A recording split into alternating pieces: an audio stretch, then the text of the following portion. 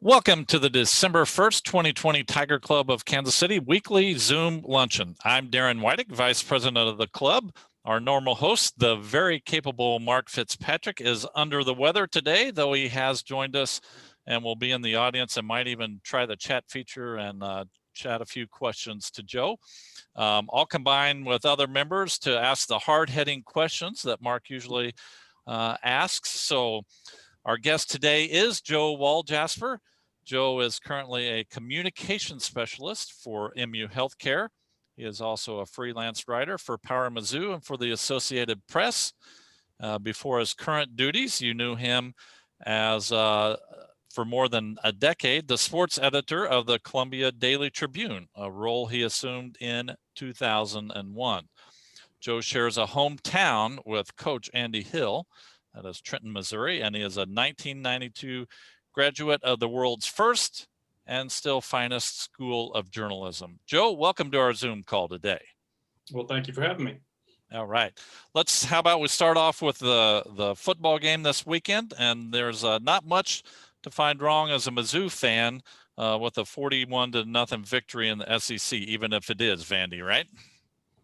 No, that was pretty complete. And I think maybe the fun thing for Mizzou fans was you actually, in the fourth quarter, got to see some freshmen play and not just, hand it off up the middle. I mean, you got to see Brady Cook throw a beautiful pass for a touchdown. You got to see Elijah Young show some speed that would be kind of enticing to watch throughout his career.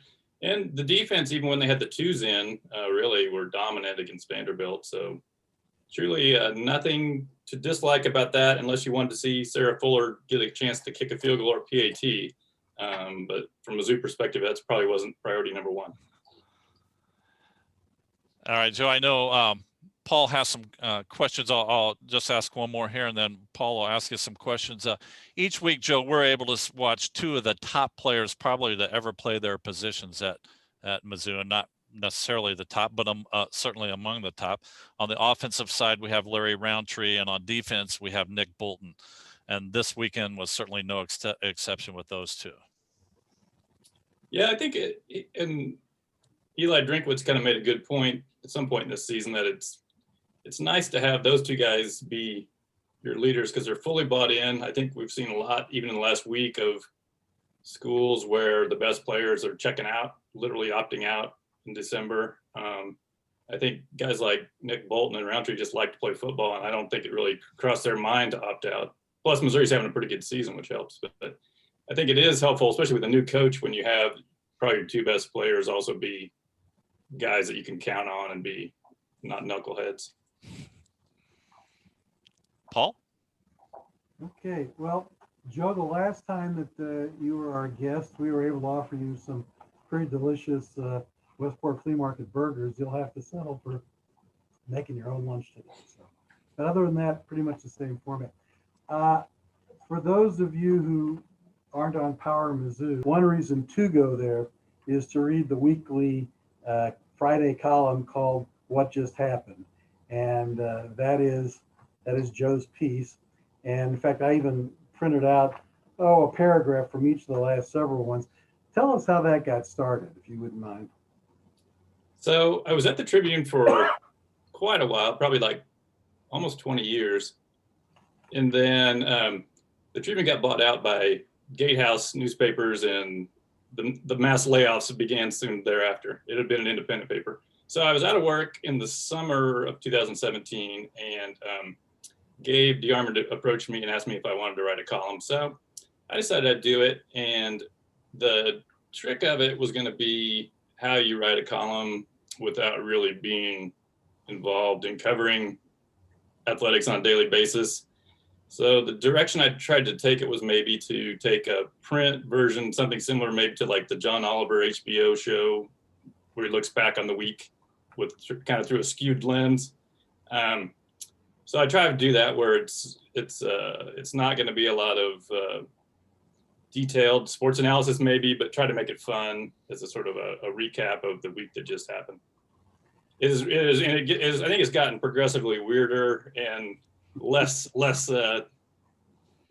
sports oriented as time has gone on, and I've become farther removed from actually knowing any of these players. So it's really, this year, it's really devolved into me writing an extremely long run-on rhetorical sentence to lead into some small, silly point that I'm trying to make. Well, I will tell our viewers, our audience, that if you have any sense of humor at all, you have to read these one way or another. Of course, I'm not trying to get people to sign up for PowerMizzou, but if you have some way to get them, I'm going to go back to the one, you'll all indulge me, just going to read a paragraph. This is from the season opener. This is from September 25th. This is number 87. I'll just read because this gives you a sense of the flavor of what we're talking about. So he says, I entered this college football season feeling like I had planned a breakup with a significant other, but we already bought non-refundable airfare for a Florida vacation. And it feels uncomfortable sharing a flight with a person who, in the last 3 months, has left no fewer than 5 messages saying, we need to talk, as dread-inducing precursors to uncomfortable discussions about needs and feelings. And at the rental car counter, it occurs to me that this person had just the right kind of BO on a sticky summer night when we met, but now it just smells like beaten patchouli all the time. Was it BO that changed, or was it me? And as we check into the hotel, after that exhaustive recap of yesterday's office mini controversy that requires way more fake interest and faux sympathy than I can possibly convey with my limited arsenal of head shakes and clicking noises, it feels like I have reported to jail. But after 3 cold ones in the afternoon sun while watching the waves lap against the shore, the imperfections soften. And as the air cools and the evening sky turns pink, well, only a fool would fail to understand that in a life so short as this, one should embrace the temporary pleasures it offers. So here we are, maybe for 10 weeks, maybe not, but we might as well embrace the college football we have and not dwell on its flaws. That was just the opening. And I printed out all the ones from this year, but I will only read any more if I get requests here. But a great way with words, Joe, and your command of pop culture and the things that every one of us goes through on an everyday basis that aren't so much fun necessarily, but are funny in retrospect. You just nail it. So as you can tell, in-depth football analysis if you read this column every week. Right. But and that's not the sort of thing you used to write when you were with the Tribune, right? You played it straight pretty much all the time then, didn't you? About halfway through, we started a daily column called Take Two, where we kind of got a little weird, and each person had a different day of the week they would do, and we would kind of riff on pop culture, or you could kind of take it in whatever direction you wanted to. But for a column in the paper that was mostly going to be read by, I think my Tribune fan club was, I think the demo was probably 65 plus age women. So you kind of had to realize who your audience was. And even to this day, I think I just kind of crack up because I'm writing this ridiculous stuff for a website that 3/4 of people who signed up for it just want to know about recruiting news. And so I'm just imagining the vast majority of them who even click on it at all are like, what, why, what? So I don't know. So I find some sort of sick humor in just giving people what they don't want. Let's shift gears a bit. So you've talked a little bit about last week's game, but give us a bit of an overview in your mind of the football season so far. Obviously start out with a loss to Alabama, but now we're somewhat on a roll. Kind of your thoughts in recapping the season so far. I think it's played out about as well as you could have imagined for Eli Drinkwitz. I mean, I would start with, I think when the year began, I thought whatever happens on the field is really secondary to whether when signing day rolls around, he's kind of made a pretty good first impression on especially the kids in the state. And I think as we sit here now, I think signing day is a couple weeks away, and I think they're still ranked like 19th in the nation in recruiting. So I think that's a big deal that maybe when Barry Odom took over, he didn't get that initial new coach bump, which maybe came back to haunt him. I think that's maybe number one positive for Drinkwitz, that he does seem to be connecting with recruits. You know, you're 19th in the nation. That means you're like 7th in the SEC, but still, that's better than 13th, which is what they are a lot of the time. So that's number one. Number two, I think you look at the improvement they made from I kind of threw out the Alabama game because nobody competes with Alabama, but the Tennessee game, they got stomped pretty good in week 2. And then compare that to what we're seeing now in week 7. Pretty impressive improvement throughout the season, which I think is a sign of a coach that knows what he's doing. I think he's developed a quarterback. When the season began, you really didn't know if Missouri had a quarterback or if their quarterback the future was currently on the roster. Maybe he's not, but Connor Bazelak has certainly exceeded anybody's expectations. So I think that gives you some hope. And then I guess maybe lastly, just the fact he's able to win the games they should win. That LSU game, I know LSU hasn't turned out to be a great team, and I think even that day we started to suspect maybe they weren't going to be. But to win it on a goal line stand, 4 straight stops inside the 1, that's a game that Missouri has always lost in the past. It's always like one of those good job, good effort, but you didn't quite get it done.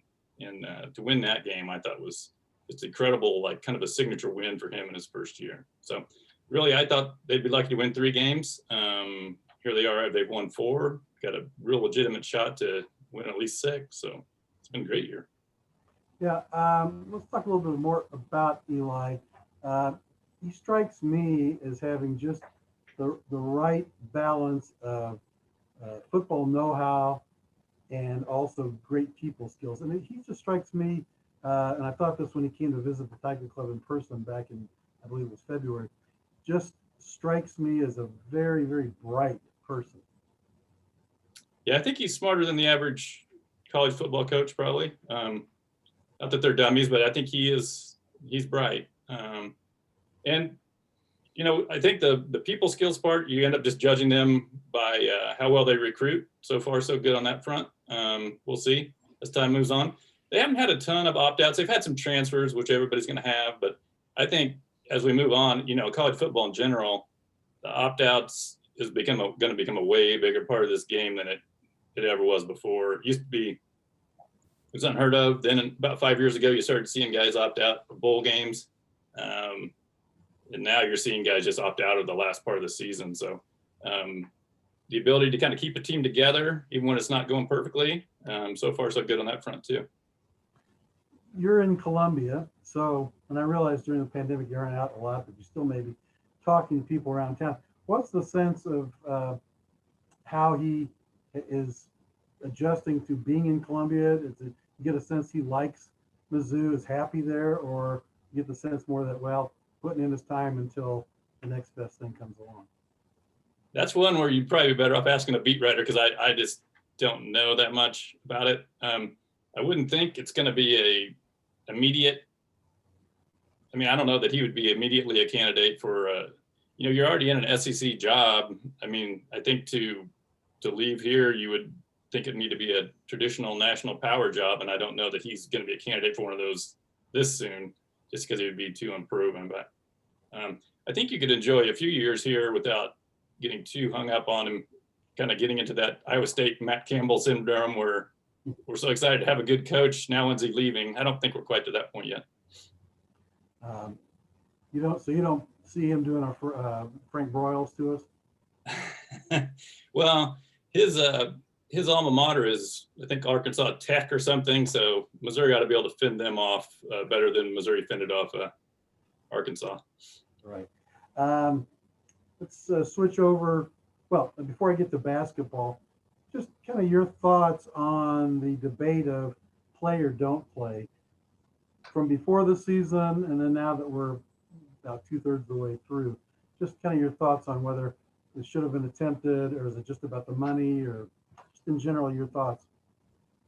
I mean, it's definitely about the money, but selfishly, I'm glad they played. That's helped me pass the time. I don't know what I'd do without college football and the Chiefs games. I would lose my mind. So I'm glad they did. I think I wouldn't hold it against anyone who decided not to be a part of it, because quite clearly it is about, we're rescheduling games up until December 19th. Probably would play them on Christmas if they could. So I don't think there's any doubt that we're just trying to fulfill TV contracts here and get some inventory for the networks. And it's understandable from the athletic department standpoint, because they're hemorrhaging money too. So I get it. But if you're a player and you think you have an NFL future, or you just don't want to be a part of that, and want to opt out, I think it's fine. I think one thing I don't completely understand is the idea of nobody this year not counting on anyone's eligibility, to me, it would have made more sense if you just sort of applied last year's rule. And if you played, you could play 4 games. And if you played beyond that, it counts as a year of eligibility. I think this is going to kind of foul up opportunities for high school kids now that we're, nobody is losing a year of eligibility. Connor Bazelak's going to be here till he's 40. So I just think it's kind of that part of it I don't quite understand. I was going to say Connor Bazelak may still be our starting quarterback when the new KCI terminal opens in 2023. I think he might be a redshirt junior. He'd only be a junior then, yeah. That's right. What do you make of some of the people like, say, Brady Cook with Tyler Macon coming on, and they're still recruiting, of course. Brady Cook only has a small sample, but he looked real good on that touchdown pass. Yeah, that's the thing. It's like I would assume that they will, give those guys a chance to compete, including Tyler Macon if he's here in January, which I think he's wanting to come here then, to compete in spring football. But I think, the quarterback position has always been a position where if you don't see the path to playing quickly, you're going to transfer. And I think it's going to be a complete free-for-all in the spring. But the tough thing is, where are you going to go? I mean, everybody kind of has the same thing. So you could go transfer right now, but if you're going to someplace that also has a person who's not aging out of the job, it's going to be tough. So I would hope they would stick around and see how it looks after spring and then make the best decision for them. You can't blame someone if they don't see an opportunity to play until 2025 to look somewhere else done. Back to the decision to play or not play, do you think that the Big Ten and the Pac-12 botched it, or did they have the right approach, or kind of a start and stop and on again, off again type of thing? Yeah, I think they botched it in that they either should have not played or played sooner. This virus is only getting worse now, and so it's like they waited during the time where they probably could have gotten games in without such a hassle, and now they're so late to the game. I think Arizona State is Utah. They've only played like 2 games. So I don't know. I think they sort of jumped and thought everyone else was going to follow, and then they didn't. They succumbed to the pressure of their constituents. So didn't seem like great leadership on the part of either of those commissioners. Let's go back to just Mizzou, and we've got, not counting a bowl game, which, as I understand it, everybody's KU is eligible this year, I think. Winless, but I think they're eligible. Maybe they could schedule a bowl game against KU. Yeah, or maybe Vanderbilt. So we've got 3 games scheduled. As of now, we're going to play them. You never know until Saturday mornings, I guess. But kind of handicap, give us your thoughts on the Arkansas game this week, and then I'm not even sure which order they play in, but Mississippi State on the road and Georgia at home. Right. So I think the Arkansas game is maybe the first time this year it really feels like there's some stakes to a game, and it's not just here's a fun Saturday diversion for us to watch. I think this is just because of the connections, the chance to play Barry Odom's defense. It's a kind of chess match between you have an offensive new coach and the defensive minded guy he replaced. So I think that'll be fun. I think they're pretty evenly matched teams. So I think it'll be a good close game. I think both teams are still into it, which I think only one of them was into it last week. So that'll make it more fun. I would favor Missouri slightly, but I definitely think it'll be a 1-score game. So that's Arkansas. Mississippi State, I'm not so convinced they're still going to be into it by December 12th or whenever they end up playing. So I like Missouri's chances with their defense. Mississippi State seems like after that first explosion against LSU has really kind of become a easy to stop team for a Mike Leach team. So I would favor Missouri in that one. And then it's good. The Georgia game will be tough unless they have mass opt-outs before the 19th. They finally found a quarterback. It seems like that was for their Achilles heel early in the year. So that'll be a toughie. I think it'll be tough for Missouri just to move the ball on those guys because Drinkwitz has done a nice job, I think, making kind of scheming around some shortcomings on offense, but especially up front, I think they do have some weaknesses that can be exploited by a good defense. Do you see Georgia, having been virtually eliminated from the SEC title game, as perhaps not being as motivated? Yeah, I would. That is entirely possible, and it's just a question of whether talent can overcome that, or whether it's 15 degrees and the wind's blowing and they don't want to be here and they play like it. That's always possible too. If that would be, I mean, I would say Georgia's favored, but I wouldn't say that's an impossible game. You know, it's not Alabama by any means. And we've had some good performances against better Georgia teams. Yeah. Let's switch over to basketball. And I guess it's hard to have an overview of college basketball because we've seen so few games. And but any thoughts on basically national, but then the Mizzou team itself?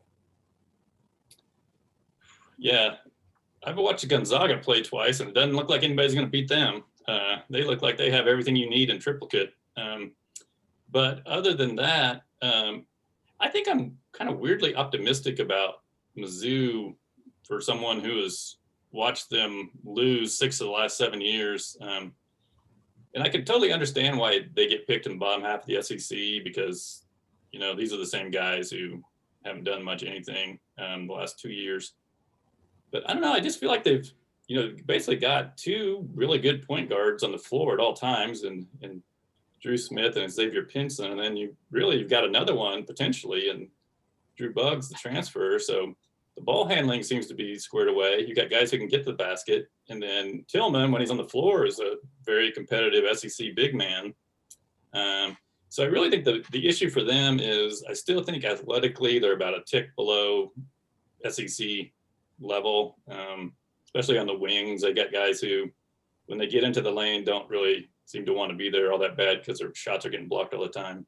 So I think the big key for Missouri is where some of these guys can shoot the ball from 3. So when they spread out a defense and penetrate, they can actually make the defense pay. So I think Mark Smith is the obvious guy. If he can shoot like he did 2 years ago, that would be big.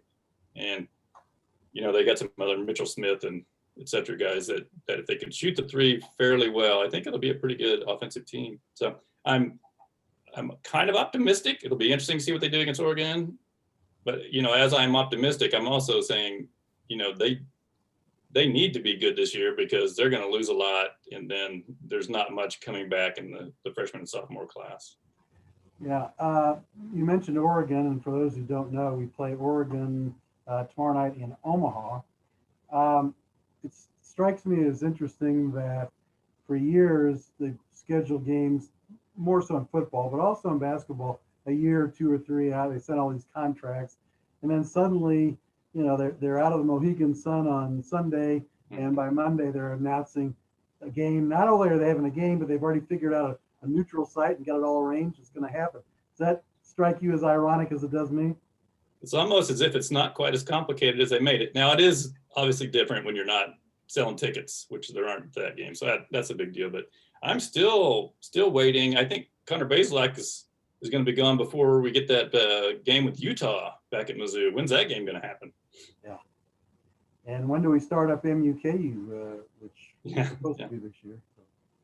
Yeah, I think you would rather play them this year than next year, maybe. So it's too bad they're not playing.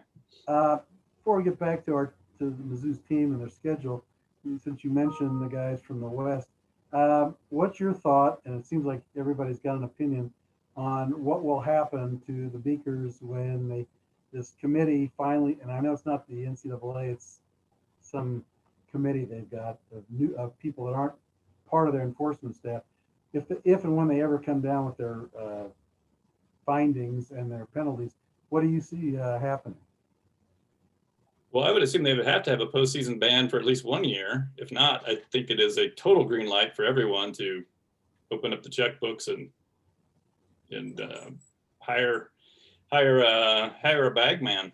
I think when you have text messages from coaches pretty much spelling out that you're paying players, I don't know what else you need. So I would be stunned if, and I think plus they were pretty belligerent in their stance against the NCAA. So there would really be no reason to give them any sort of points for cooperation either, to my way of looking at it. So What I would about be Self? stunned if there wasn't a postseason ban for them.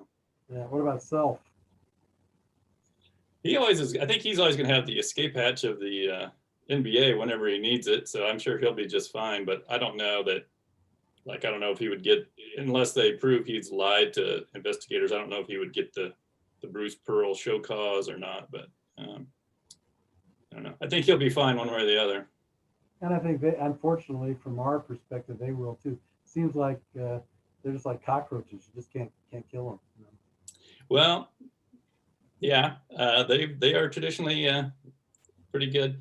And of course, Missouri's had a few run-ins with the NCAA too. So there's not an ivory tower over here to which we can cast aspersions. You know, I'm old enough, you may be too, to remember there was actually a time when Missouri, one of our points of pride was we had never been sanctioned by the NCAA. Of course, this goes back pre-norm, but that was always one of our points of pride. It's changed over the years. Yeah, it's about once a decade these days. Yeah. Give us your thoughts on the SEC race in basketball then. Well, it seems like all these SEC teams have stumbled so far. A lot of them have. Auburn, of course, they got hammered pretty good by Gonzaga. I saw Kentucky and Alabama, I believe, both lost here recently. So it seems fairly wide open. I don't think Florida's played a game yet. They should be pretty good. So I don't know why I'm feeling like Missouri could definitely be a top half team and contend for the NCAA tournament. What's happened? I've seen where Mississippi State's not very highly rated. That's Ben Howland's team, and they've been sort of tough for us. So what's that? Did he just lose a lot of players from last year's squad, or he's not recruited? What's the deal? I guess he recruited well when he first got there, but Mississippi State's a tough place to win if you're there any period of time. So I think he's probably reaching that water level where Mississippi State coaches usually reach. Seems like Mike Leach and to some extent Lane Kiffin are finding that out also in football. Well, yeah, it seemed like Leach maybe didn't totally connect even beginning in the offseason with his roster.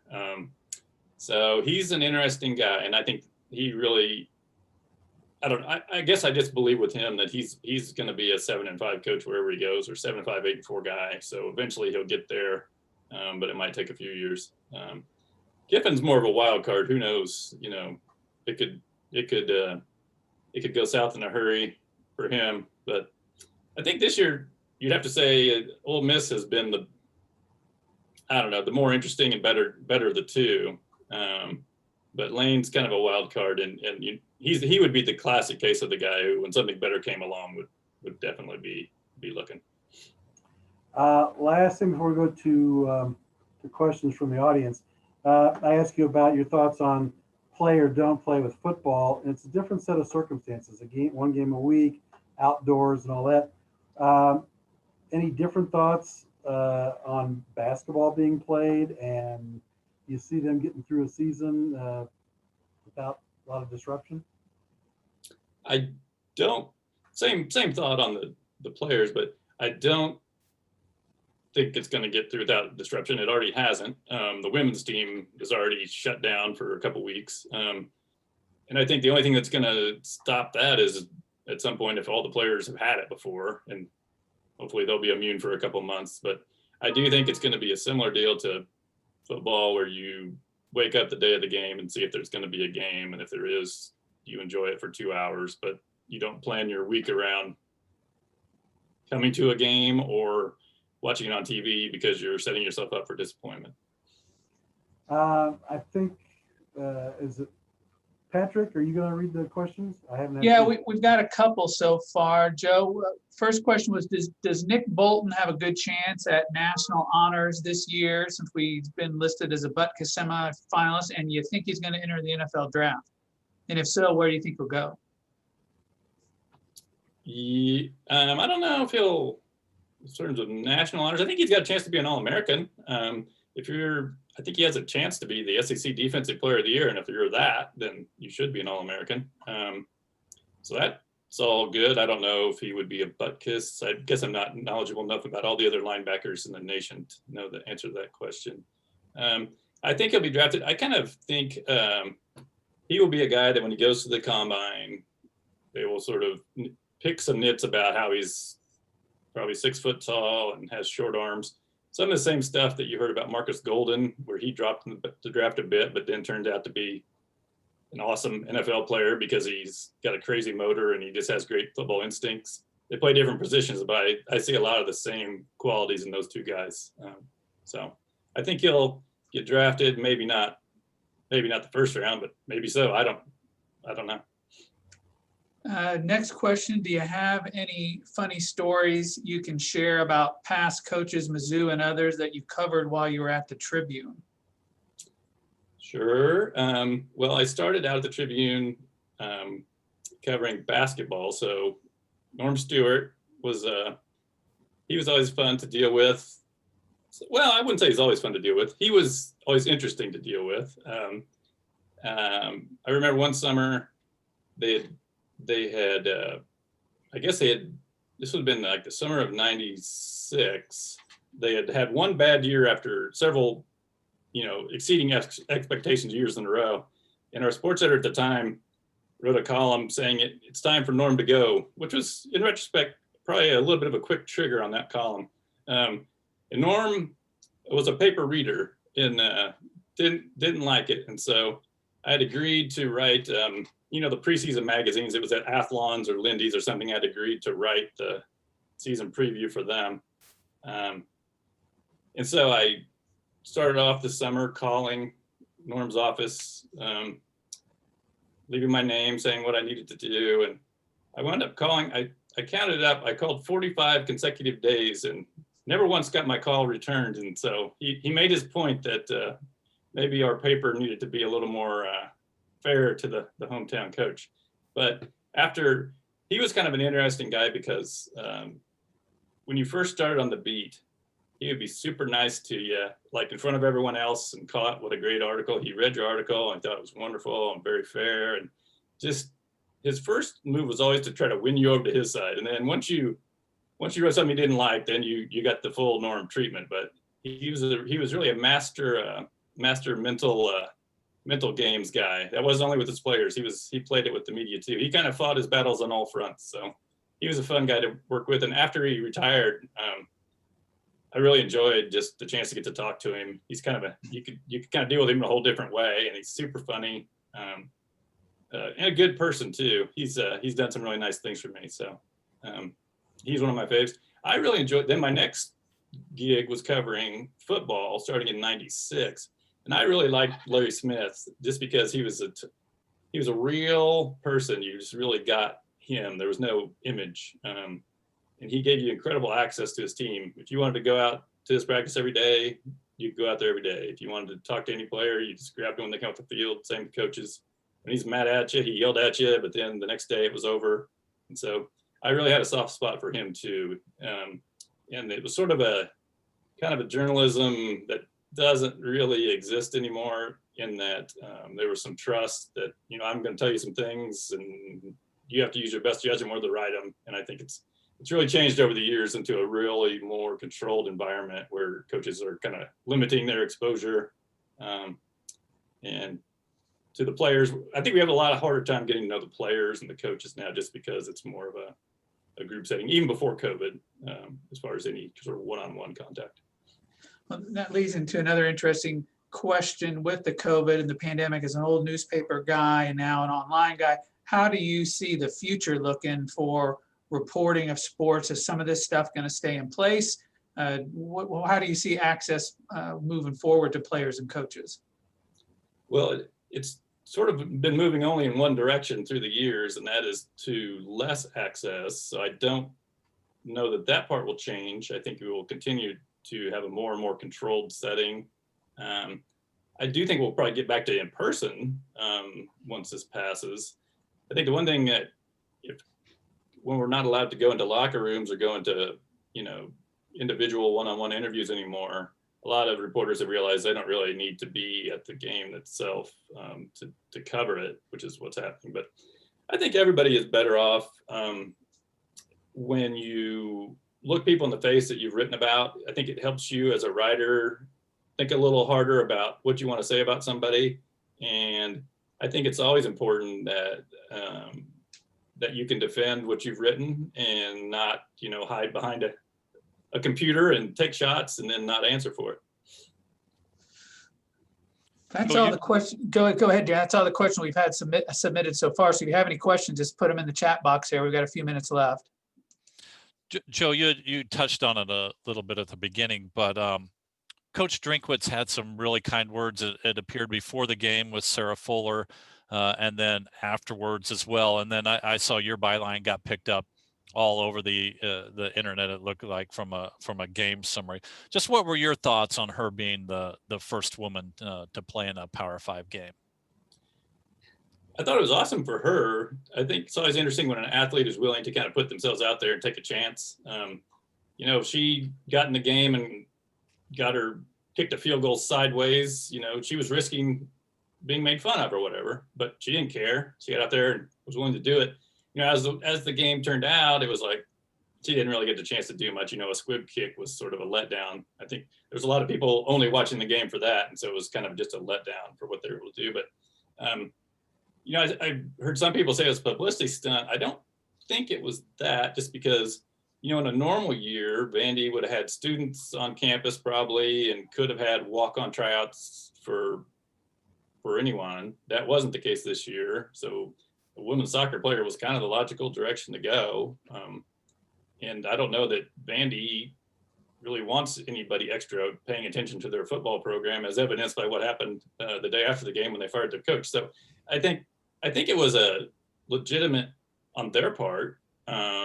Just she didn't get a chance to really show what she could do. Now, I don't know. I think they would have had to get pretty close for her to try. Just watching her in the warm-ups, she was not knocking it over the net. I mean, she was just she was kicking it pretty low, and it looked like they probably were going to have to get inside the 10-yard line for her to be able to make a field goal.